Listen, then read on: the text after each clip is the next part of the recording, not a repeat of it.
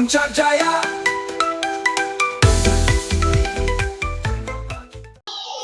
Assalamualaikum warahmatullahi wabarakatuh. Bertemu lagi kita di Sekejelis TV bersama saya Nurhana Isyira binti Muhammad Aidi Sufian. Pada hari ini, berlangsung majlis penyampaian sumbangan untuk kita semula daripada syarikat Synergy kepada SK Jelis 1.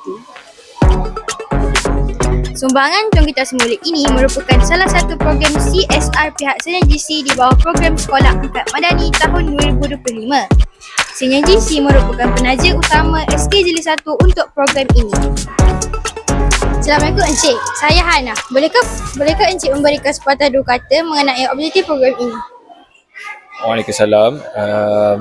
Pertama kali program ni kita dah buat di beberapa tempat untuk memupuk kesedaran kepada anak-anak kecil kita betapa pentingnya dalam kita menjaga kebersihan, terutamanya dalam pembahagian sampah. Maknanya kita dalam sampah pun kita ada bahagian-bahagian macam plastik, kaca, tin. Jadi pembahagian ni adalah untuk kita ajar anak kecil kita bahawa setiap sampah tu bila kita bahagikan kita dapat buat program kita semula dengan lebih efektif.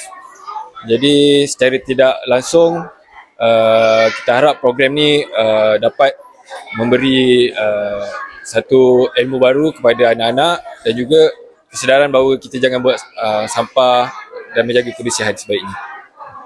Terima kasih.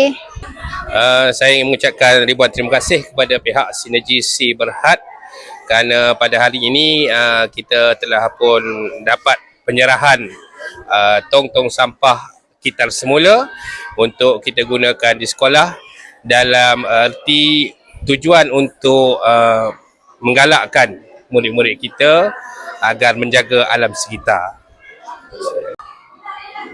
Sekian dahulu laporan hari ini. Saya Nurhana Isyira binti Muhammad Aidi Sufian melaporkan untuk Buletin Sekejelis TV.